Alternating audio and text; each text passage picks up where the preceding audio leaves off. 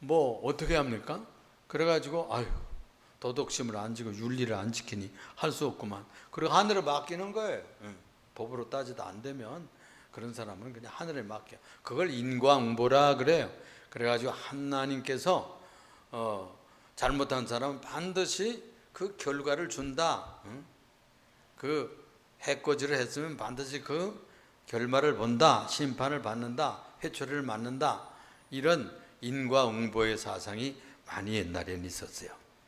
이 범죄를 하든지 해코지하면 그 대가를 반드시 치르도록 하늘이 역사한다. 이렇게 사회적으로 또 우리들의 양심에 그런 것이 기록되어 있거든요. 그래가지고 무슨 억울한 일을 당하면 하나님께 맡기는 그런 마음이 많이 있어요. 그렇죠? 오늘은 동행하자 하거든, 같이 가자 하거든, 이런 제목을 가지고 말씀을 나누고자 합니다. 한번 제목을 따라서 해볼까요? 동행하자 하거든, 같이 가자 하거든. 이런 제목으로 은혜를 나누고자 합니다. 오늘 본문 여러분들과 함께 읽은 38절에 보니까 또 눈은 눈으로 이는 이로 갚으라 하였다는 것을 너희가 들었으나 이런 말씀을 하고 있어요. 이게 무슨 얘기일까요? 눈엔 눈으로, 또 이는 이로. 이 말은요, 옛날에 모세 할아버지가 계셨는데 이분이 하나님으로부터 받은 법이 있었어요. 그래가지고 이 법을 받아가지고 기록을 했는데 그 기록 중에 중요한 기록 하나가 뭐냐면 눈은 눈으로 이는 이로 남을 되게 했으면 된 것으로 해코지했으면 해코지한 것으로 갚으라, 이렇게 기록해 주었어요. 그래서 이것을 생각하면 이거 너무한 거 아니야? 이렇게 생각할 수가 있죠. 그런데 그때 당시로 보면 굉장히 선진한 법이었어요. 그 수준을 맞춰서 해코지를 해야지. 옛날에는 눈이 다치든지 누가 이를 뿌렸든지 싸우다가 또는 뭐 손을 다치겠다든지 이러면은 그냥 형제들 집안 다 쫓아가지고 손을 막 다치게 하고 눈을 막 다치게 하고 또 이도 부러뜨리고, 그 한 개만 부러뜨리는 게 아니에요. 그냥 다 몇 개 막 부러뜨리고 또 다른 뭐 불도 넣고 오고 막 이런 해코지를 마구마구 하는 거예요. 그러니까 모세가 무슨 얘기를 하는 거 아니? 아니, 눈 다쳤으면 눈 하나만, 이 다쳤으면 이 한 개만 다치게 해야지. 그것은 균형이 맞지 않는다. 이렇게 하는 그런 얘기로, 그래서 이 복수를 조절하고 그리고 균형 있게 하기 위해서 가르쳐준 말씀이란 말이에요. 그런데 이게 차츰차츰 어떻게 오해를 했는 거 아니? 복수해도 된다, 그런 뜻으로 오해를 하게 된 것입니다. 그래서 이 복수를 낳고 또 보복은 보복을 낳고 또 원수 갚는 것은 원수 갚는 것으로 나아가지고 자꾸 세상이 폭력으로 가득하고 갈등으로 가득한 세상이 되니까요. 창세기 보면 이런 얘기가 있어요. 자기 동생을 죽였어요, 형이. 그래가지고 하나님께서 그냥 뭐 징계를 내리셨죠. 그래서 그 에덴 동산을 쫓아냈어요. 그 아버지도 죄 짓고서는 쫓겨나갔잖아요. 그 또 나가서 사는데 거기서 또 쫓겨나갔어요. 그래가지고 7배나 받았어. 7배나. 벌을 너는 7배나 받을 거다. 그래가지고 땅도 뭐 갈아도 그냥 풀도 안 나고 그냥 농사도 잘 안 되고 이런 저주가 오고 병이 생기고 질병이 막 들어오고 이런 7배나 받는 그런 해코지를 입었는데, 저 후손들 중에서 라멕이라는 장군이 있었는데 이 소년하고 싸우다가 소년을 쳐 죽였어요. 그래가지고 그 77배를 갚을 거야, 이렇게 아주 협박을 하는 그런 얘기가 거기에 나오거든요. 그렇게 되면 세상이 어떻게 되겠어요? 그래가지고 한 대 때렸으니까 너 2대 맞아, 3대 맞아, 이렇게 하고 또 2대 때렸다고 그래가지고 10대 맞아, 이렇게 갚아주면 그냥 뭐 큰 문제거리가 많이 생기지 않습니까? 그래서 온 세상이 그냥 폭력으로 가득 차게 되는 것입니다. 그래서 이 중학교, 고등학교 이런데 일진이라고는 깡패 조직들이 있는데요, 그것도 그렇게 막 갚아주고 막 그러잖아요. 그렇게 되면은 이 세상살이가 참 고달프고 학교 가기도 싫고 폭력 때문에 어렵고 그렇습니다. 그 출애굽기 23장에 보면은 그래서 세밀하게 얘기를 했어요. 뭐 피부를 대게 한다든지 또 뭐 불을 놓다가 그만 남의 밭을 불태워 버렸어. 또 남의 소를 어떻게 하다가 뭐 쳐 죽이든지 다리가 부러지든지 그러면 그걸 배상하도록 하고 보복하는 개인 보복, 개인 간의 싸움을 싸우고 집안 간에 싸우고 독리 간에 막 전쟁이 일어나고 이렇게 하는 것을 막기 위해서 이런 법을 세밀하게 발전하는 것이 출애굽기 23장에 보면 더 세밀하게 나와요. 그래가지고 이 거의가 율법이라고 그러거든요. 율법이라는 말은 법이라는 뜻이에요. 법조문 법, 하나님의 뜻을 땅에 실현하는 규칙이라고 볼 수가 있어요. 이런 것이 세밀하게 되어 있는 겁니다. 근데 이걸 다 지킬 수가 없죠. 힘들죠. 그렇지만 지키도록 노력하면 그 사회가 평안하게 되고 질서 있는 사회가 된다. 그런 얘기를 가르치고 있는 거예요. 그런데 사람들이 나쁜 사람들이 돼가지고 마음에 억하심정을 가지고 원수 갚을 난 마음이 많아가지고요. 이건 보복과 복수를 금지한 법인데 이걸 이용해가지고 얘는 또 눈에는 눈, 해코지 해도 된다고 그랬잖아. 그래가지고 원수 갚는 법으로 이용을 했다는 거예요. 근데 예수님 때만 해도 이걸 금지했다는 거예요. 무슨 일을 다치게 했다고 또 남의 일을 가지고 똑같이 하냐. 배상하면 되지. 다리를 어떻게 부러뜨리게 됐으면 배상하면 되지. 소를 또 다치게 했으면 소를 사가지고 배상하면 되지. 이렇게 하는 법으로 발전하게 된 것입니다. 그러니까 예수님 때만 해도 그렇게는 안 했지만 이것을 기초로 해가지고 많은 사람들이 다 복수하는 그런 생활을 했다는 거예요. 모세 율법에도 이는 이로 눈은 눈으로 갚으라고 그랬는데 뭐 이렇게 39절에 그래서 다시 이것을 바꾸어서 예수님께서 가르치는 말씀이 여기 나오는 거예요. 39절에 다시 한번 읽을까요? 여러분, 자, 우리 시온이 혜원이 한번 은식이 성식이 한번 다시 읽어보자. 39절에 한번 다시 읽어보는 거예요. 시작. 나는 너희에게 이르노니 악한 자를 대적하지 말라. 누구든지 네 오른편 밤을 치거든 왼편도 돌려대며. 이거 참 어려운 말씀이 기록되어 있어요. 그래서 악하게 우리를 해코지 하는 사람을 대적하지를 말래. 피하고 좀 비굴하게 보이고 약하게 보이지만은 그걸 대결을 하지 말아야지. 악한 자들 센 자들하고 뭐 하면 우리는 몇 배 해야 이기잖아요. 그렇게 되면 우리 예수 믿는 사람들은 착하기 때문에 그렇게 악을 악으로 대해서 이기지를 못해요. 그래서 악을 선으로 대하라 그랬어요. 우리가 이기는 방법은 그래서 악한 자를 대결해서 악으로 싸우지를 말고 용서하고 비폭력으로 하라고 말해요. 비폭력으로. 그래서 이 비폭력 사상에 기초해 가지고 세상이 많이 발전을 했어요. 그렇게 산 사람이요, 인도의 간디 있죠. 간디. 그래서 이 성경의 사상, 예수의 비폭력 사상을 실천한 사람이에요. 또 톨스토이 같은 사람도 그런 사람이고요.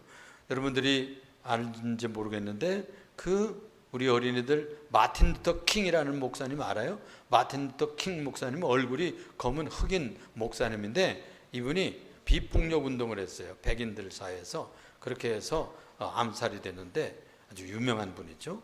또 그 남아프리카의 공화국에 그 넬슨 만델라라고 하는 그런 대통령이 있었어요. 이번이요 감옥에 몇 년 들어가 있는지 알아요? 은식이 몇 년 들어가 있는지 27년 동안이나 박해를 받아가지고 27년 동안 그렇게 인정차별을 금지하는데 그 인정차별을 금지하는 운동을 벌렸어요. 파르헤이트라고 그래가지고 아주 유명한 그 민권 운동가예요. 그래서 나중에 대통령이 됐잖아요. 그런데 자기들을 박해했던 그 백인들을요 다 용서해 버렸어요. 보복하지 않았어요. 자기를 때리고 자기를 막 흑인들을 죽이고 그냥 고문하고 이런 백인들을 그냥 다 용서해 버렸어. 그래야 그게 보복이 차단이 되는 거예요. 원수 갚는 일이 차단되는 일은 용서하는 수밖에 없어요. 내가 속상한 것을 내가 내려놓는 수밖에 없다. 이것이 예수님의 정신이에요. 예수님이.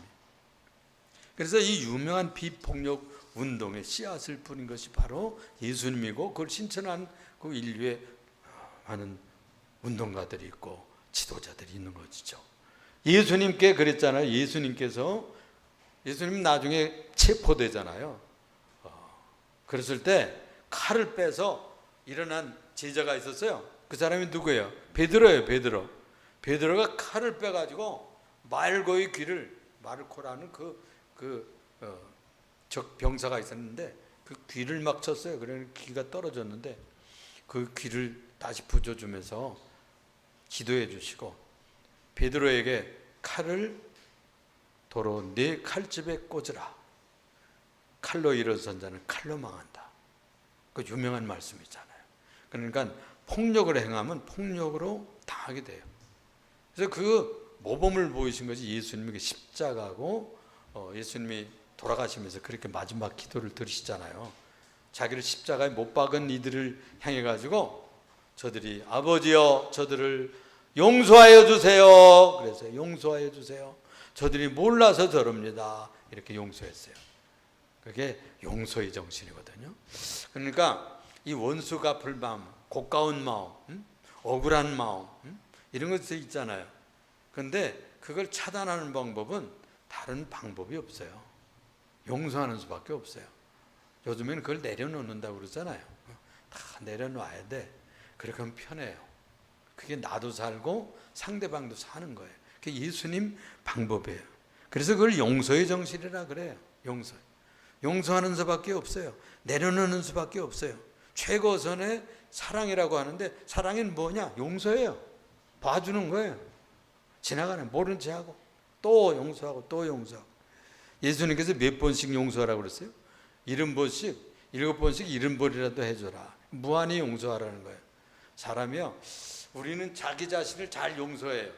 나 자신은 내가 봐도, 정 목사인 내가 보아도 얼마나 용서를 잘하는 줄 몰라. 내가 잘 못하고 있어. 나니까. 근데 남은 용서를 하기가 참 힘들어요. 그렇지만 예수 믿는 이들은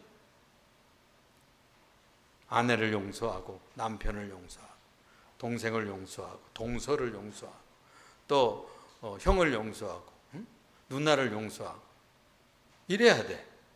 그냥 내려놓는 거야. 그거 다 따지면요, 얼마나 괴로운 인생을 살지 몰라요. 그래서 예수님이 가르치는 거예요. 그래서 그 비결이 뭐냐면, 그거 어떻게 용서할 수 있냐? 예수님 모시고 살아야 돼. 예수님 모시고 살아야 돼. 예수님의 마음속에 모시지 않으면 용서가 안 돼. 어떻게 용서해? 우리가 내가 나라는 것이, 내 자존심이 있는데, 내가 억울한 것이 있는데 어떻게 용서가 돼요? 그래서 예수님이 용서하시는 분이기 때문에 예수 믿는 사람 예수 모시고 살잖아요. 마음에 예수님을 모셨잖아요. 그래서 예수님이 내려놓게 해주시는 거예요. 그래서 바울 사도는 그랬어요. 내가 이제 사는 것은 내 마음대로 내가 사는 게 아니고 내 속에 나를 위해서 죽으신 그리스도를 믿는 믿음으로 산다. 이렇게 고백을 했어요. 그러니까 예수님 믿는 믿음으로 살기 때문에 내가 살 수 있다는 거예요. 그러니까 용서라는 것이 내가 할 수가 없어요. 여러분, 족장 중에 유명한 족장이, 일대 족장이 누구예요? 우리 이영현 집사님, 일대 족장이 누군지 알아? 잘 몰라요? 실력이 많지 않아요, 우리 며느리가. 아브라함이에요, 아브라함. 그렇죠? 2대 족장은 뭘까요? 2대 족장. 2대 족장. 이삭이에요. 신랑한테 배우면 되는 거예요. 이삭이에요. 우리 은식이 3대 족장은 누구죠? 3대. 아브라함, 이삭, 그 다음에 족장은 누구죠? 야곱이에요, 야곱. 나중에 이름을 바꿨어요. 이름을 바꿨어. 이름을 바꾼 이름이 뭐예요? 이스라엘이에요, 이스라엘. 우리 은식이는 실력이 좀 있어요. 여러분, 2대 족장이 그랬죠? 우리 영현이 2대 족장, 이분이요, 이 이삭이라는 분이 굉장히 넓은 사람이에요. 성경에 읽어보면 양이 얼마 몇 페이지 안 돼요. 아브라함 막 이렇게 두꺼워요. 또 야곱 얘기도 두꺼워요. 그런데 이삭 얘기는 짧아요. 그런데 가장 위대한 일을 했어요. 시시한 일 같은데 위대한 일이 복받은, 최고 복받은 사람. 이게 누구를 닮은 분인 거 아니? 예수님 닮은 마음을 가졌어요. 사람이요, 그 멋진 사람으로 성숙하는 그런 비결은 뭐냐? 한번 죽을 뻔한 일을 당한 사람, 한번 죽을 뻔한 병을 들든지 사업에서 죽을 뻔하든지 무슨 뭐 명예가 땅에 한번 떨어져 죽을 뻔했다든지 뭐 한번 죽을 뻔한 사람은 이 사람은 철이 들어. 그래서 이 이삭은 청소년 때 벌써 은식이만 했을 때일 거야 아마. 은식이보다 몇 살 뭐 한 2살 많았을지 이때 끌려 올라간 거예요. 할아버지 100살 넘은 할아버지, 110 몇 살 남은 할아버지 아버지가 말이야 끌고 올라가서 제사로 드리겠다는 거예요. 제단 위에 이삭을 묶어놓고 뉘어놓고서는 칼을 들고 막 내려 막 이렇게 찌르려고 그러는 거예요. 그래가지고 하나님 앞에 드리려고 그러는 거예요. 그런데 그걸 내려다보시던 하나님께서 하나님의 천사를 보내가지고 아브라함아, 아브라함아, 네 아들 이삭에게 칼을 대지 말라, 손을 대지 말라. 뭐 오히려 하나님 하라는 대로 하다가 시험을 해본 거예요. 믿음이 있나 없나. 그래가지고 칼을 멈췄어요.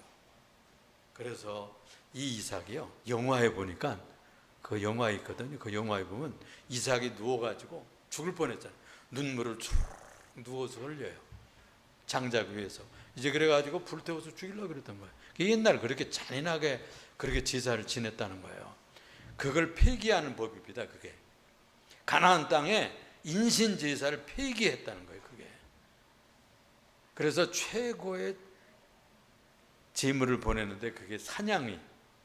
그리고 옆에를 보니까 사냥이 와서 뿔이 걸려가지고 있는 거야. 그걸 잡아가지고 대신 제사를 지내는 그런 얘기가 이삭의 얘기에서 나오거든요. 이런 경험을 이 청소년 때 했어요. 벌써 일찍 예수 믿고 일찍 한 거야. 죽을 뻔한 거야. 사람이 죽을 뻔하면요, 이게요, 마음이 성숙해집니다. 에너지가 되는 거야. 그래가지고 마음이 바다같이 넓어진 거야. 세상에서 물질, 명예, 무슨 뭐 세상에 뭐 영화 이런 것들이 별로 즐겁지 않고 그런 것들이 최고로 보이질 않았어. 뭐가 최고일까요? 산다는 거, 부활한다는 거, 생명. 이 생명을 얻는 것이 최고구나. 그거 외에는 다 별 볼 일 없는 거다. 이런 철학을 깨달은 사람이에요, 이 사람이, 이삭이. 그래가지고요, 그때는 땅이 넓어지질 않고 남이 가나안 땅에 빌려서 사는데 그랄이라고 하는 블레셋 변두리에 가서 골짜기에서 사는 겁니다. 그 양을 치는 목 죽어버렸잖아요. 은시가. 그 무슨 기업을 했더라. 이스라엘 백성들은 무슨 사업을 해서 살았나?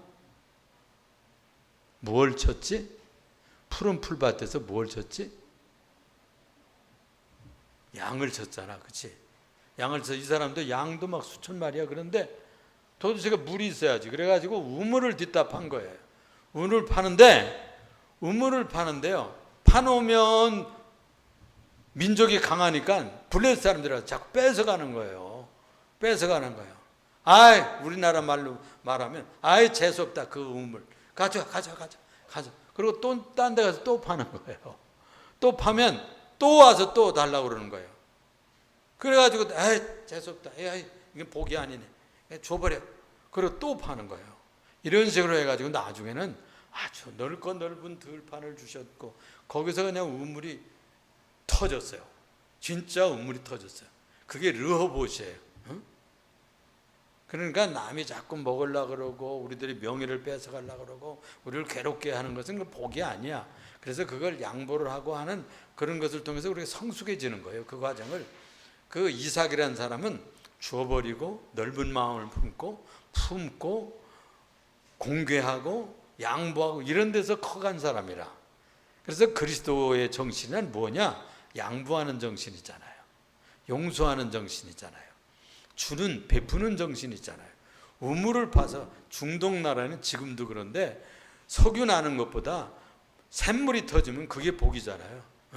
그건 부자가 되는 거예요, 여러분. 그런데 이삭이 우물을 나무를 줘버렸어요. 그냥 파는 대로. 나중에는 블레셋 사람들이 왕과 장군들을 데리고 와가지고 이렇게 얘기하는 거예요. 당신 뒤에는 굉장한 하나님이 계신 것이 분명합니다. 우리하고 평화의 조약을 맺읍시다. 그래가지고 와서 평화의 조약을 맺고 가는 거예요. 그날에 무슨 축복의 소식이 들리는 거 아니? 부엘세바라는 말은 7개라는 말이에요. 맹세의 의미라는 뜻도 있고 7개 줄기가 동시에 그냥 물이 터졌어요. 이래가지고 거부가 되는 거예요. 거부가. 이삭은 양보하는 진리를 실천해가지고 예수의 정신을 실현한 사람이에요. 이삭은 복받은 사람이에요. 그러니까 이 여유가 있어요. 한번 죽음을 체험한 사람은요, 그래서 부활의 진리를 믿고 예수님의 부활과 고난의 진리를 인식하면요, 마음이 넓어져요. 여유가 생기는 거야. 좀 골치 아프게 속 썩이는 사람도 차츰차츰 용서하게 되고, 또 원수 같고 또 이렇게 꽁 했던 마음도 얼른 풀어요. 얼른 풀어. 이런 착하고 넓은 사람이 되는 겁니다. 나는 우리 예림교회 성도들과 여러분들의 젊은 가정에도 이런 넓은 마음들을 가지는 그런 성숙한 신자들이 되기를 주님의 이름으로 부탁합니다. 40절에 넘어가서 얘기를 할게요. 40절 한번 볼까요? 은식이, 성식이 또 한번 읽어봐요. 우리 같이, 어른들도 같이 봅니다. 40절 같이 읽습니다. 시작. 또 너를 고발하여 속옷을 가지고자 하는 자에게 겉옷까지도 가지게 하며. 이게 뭐예요? 아니, 속옷을 달래 고발을 해가지고. 이게 유대 나라에 옛날에는 옷이 없어요. 우리 지금 여기 코너에 가면은 옷을 남아가지고 벗어서 어디나 옷통에다 다 갖다 버리죠. 안 입는 옷, 유행진한 옷, 그냥 옷이 남아가지고 뭐 수수다 입어도 새 거예요. 그런데 그거 다 버려. 그런데 옛날에는 얼마나 가난한 시절인지 옷 한 벌이 없었어요. 부자가 옷 2벌이야. 그런데 여기 보면 속옷을 달라고 고발을 한대. 이 얘기가 무슨 배경인 거 아니? 로마의 학정시대에 있었거든요, 이 사람들이. 그런데 로마의 군인들이 물건을 나를 때에 유대인들의, 이스라엘 사람들한테, 야, 너 일로 와. 이거 좀 지고 가. 또 나귀를 끌고 가면 다른 건 다 내려놓고 이 군수물자를 좀 지고 가. 이래가지고 징발을 한다는 거예요. 그러면 물건을 날려주러 가야 되는 거예요. 오리만, 그게 이스라엘 거리로 오리인데 그 사람들 거리는 1마일 정도 되는데 우리나라 거리는 3리, 또 키로수는 한 1000m 정도, 1km 정도 되는 거예요. 1km를 지고 갔다가 놓고 또 다른 사람 불러가지고 지고 가게 하는 것이, 그게 로마의 징발법이에요. 그러니까 옛날에 우리나라의 그 외정시대에 아저씨들, 청년들 다 징용 보냈잖아요. 징용 보냈어요. 6.25 때 어떻게 한지 알아요? 6.25 때 우리 유엔군들이 와서 싸우를 때 그 진지 뒤에서 노무자들이 있어요. 노무자. 55세 이상 되면은 다 60세, 70세 다 군대는 안 가고 노무자로 가가지고 박격포탄을 지게에다 날랐어요. 그래가지고 그분들을 노무자라고 그랬어요. 그 무기도 날라다 주고 그 진지 밑에다 다 날라주는 거야. 트럭으로 할 수가 없어. 트럭이 없어서. 6.25 때 그렇게 싸웠습니다. 지금부터 한 73년 전에 그렇게 싸웠다니까, 여러분. 얼마나 힘들었겠어요. 그렇게 하는 법이야. 그냥 와서 하라면, 국군들이 하라면 와서 하라면 해야 돼. 나라서 전쟁 때니까. 그런데 이 로마 사람들이 이스라엘 사람들, 유대인들한테 그냥 어디 지금 가는데 도시에서 뭘 나가기 싫고 가든 그거 내려놓고 그냥 싫고 가자 그러면 오리를 가줘야 돼. 근데 예수님 말씀이 더 가자 그러면 더 가주라는 거예요. 사람이 없으면 더 날라야 가야 돼. 그러면 법적으로 나 했으니까 난 안 할 거예요. 이러지 말고 동행해 주라, 그런 얘기를 했어요. 그래서 어디 내가 그 얘기를 읽어보니까 그걸 왕심리 정신이라고 하더라고. 우리나라에 왕심리가 있어요. 제가 한양대 다녔는데 한양대 밑에 보면 왕심리가 있잖아. 신당동 조금 지나면 왕심리. 그 왕심 왕신 심리를 갔다 왔다는 뜻이에요, 그게.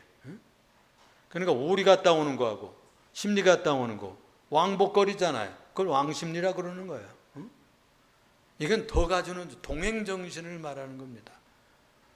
현대적인 우리 현대 크리스찬들한테 얘기는 동행정신이에요. 같이 가주는 거예요. 여기에 얘기가 고발한 사람이 와가지고 속옷을 달래. 아니 겉옷을 모르고 왜 속옷을 달라 그러지? 그 얘기는 무슨 얘기냐면은 유대인들한테 이 율법이 이렇게 돼 있어요. 겉옷은요 담보 잡아도 하루밖에 못 잡아.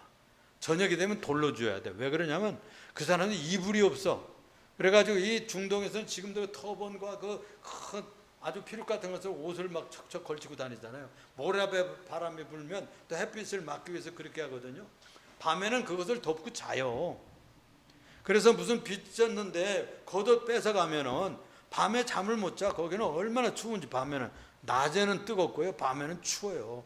그 사막에 얼마나 중동에 그 모래바람 부는데 힘들어요. 그러니까 법적으로는 겉옷을 못 오니까 뭘 담보로 가져가는 건 속옷 내놓으라 이거예요. 속옷. 이랬다는 거예요. 그런데 예수님이 하신 말씀이 이거예요. 겉옷까지 줘라. 너희들 거 뺏어가려고 속옷 달라고 하는 사람 겉옷까지 줘버려. 그런 얘기예요. 그 자기는 어떻게 살아요? 주님이 공급한다 그런 뜻이에요. 그런 거 해서 어려우면 주님이 살게 해주신다 그 말이에요. 봉사하며 살고 옷 벗어주고 살고 공교하게 살고 양보하며 살면 주님께서 입혀주신다 그 말이에요. 이게 그러니까 오리 가자 그러면 심리 가죠. 그래 내가 더 해줄게.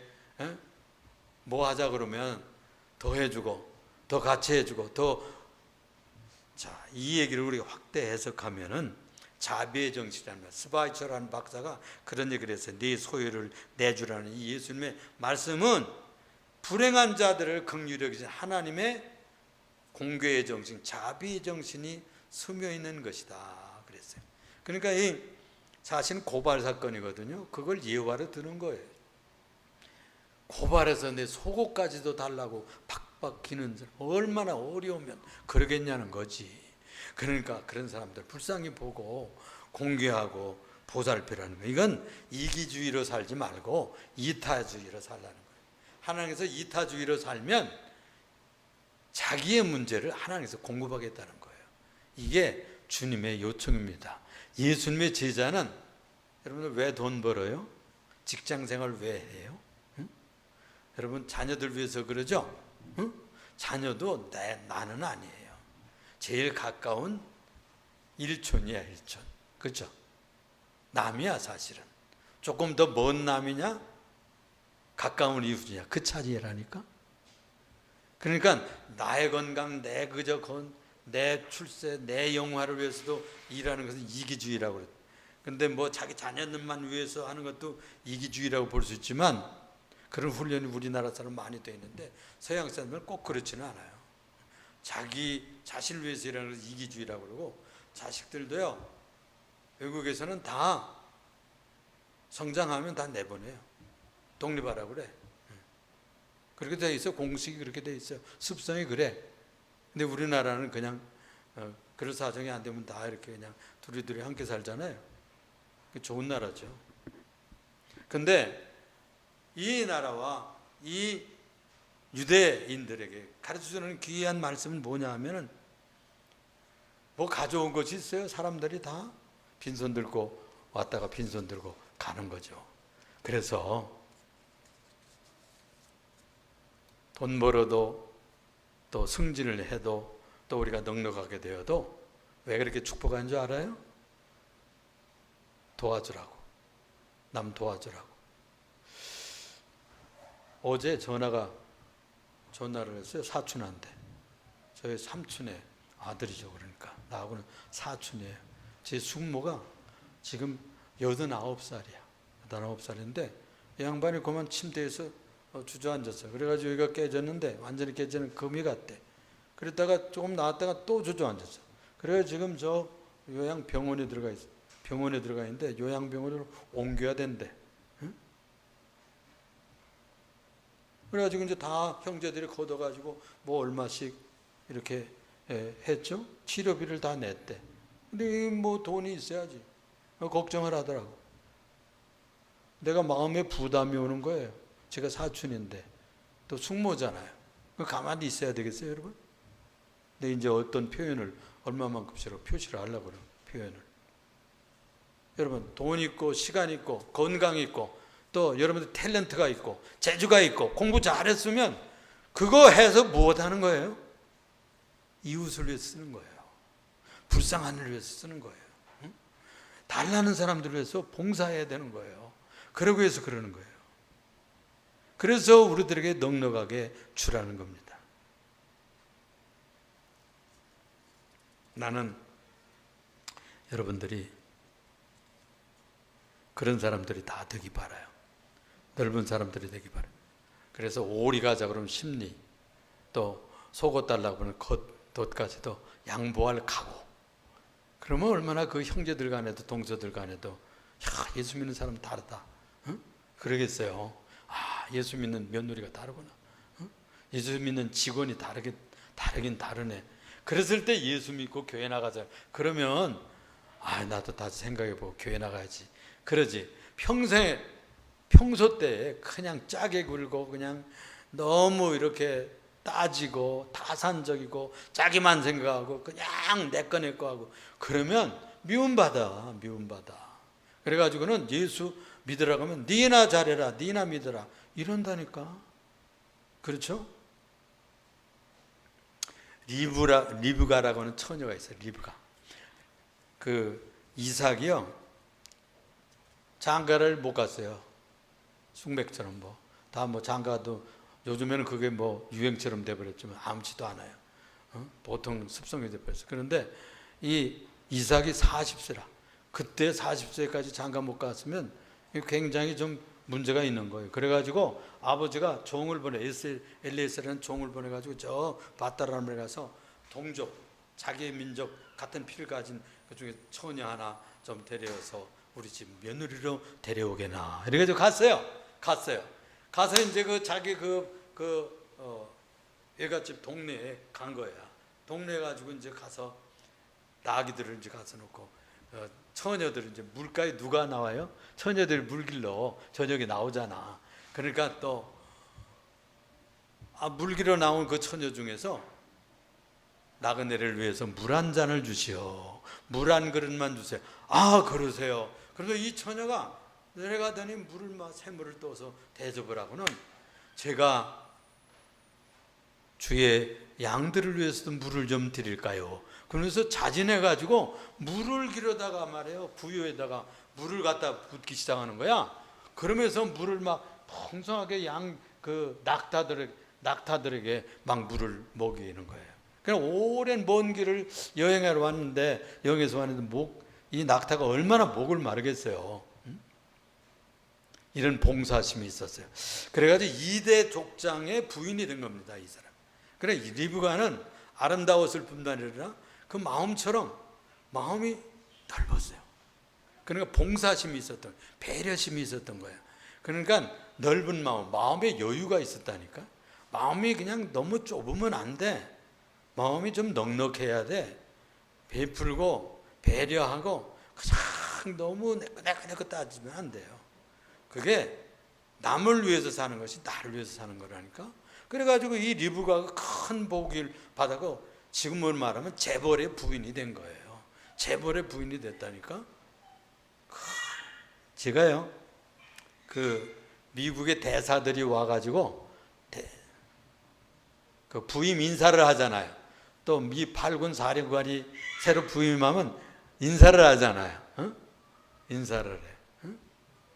지원이도 참여하는데 여러분, 그 제일 말미에 이런 얘기를 하더라고. 함께 갑시다 그러는 거예요. Go together 이러는 거예요. 함께 가자 이거야. 그 얘기를 반드시 인사처럼 하더라고. 동행정신입니다. 여러분, 함께 사는, 크리스찬들은 함께 사는 거예요. 친구들도 직원들도 회사에서도. 그런 마음이 많은 이들이 인기가 있어요, 요즘에는. 자기만 챙기는 사람들은 덜 인기가 있더라니까. 마지막 이야기를 하고 마치려고 합니다. 42절 42절 다 같이 읽겠어요? 여러분들 우리 42절 다 같이 읽습니다. 시작. 네게 구하는 자에게 주며 네게 꾸고자 하는 자에게 거절하지 말라. 이 네 번째 예화인데요.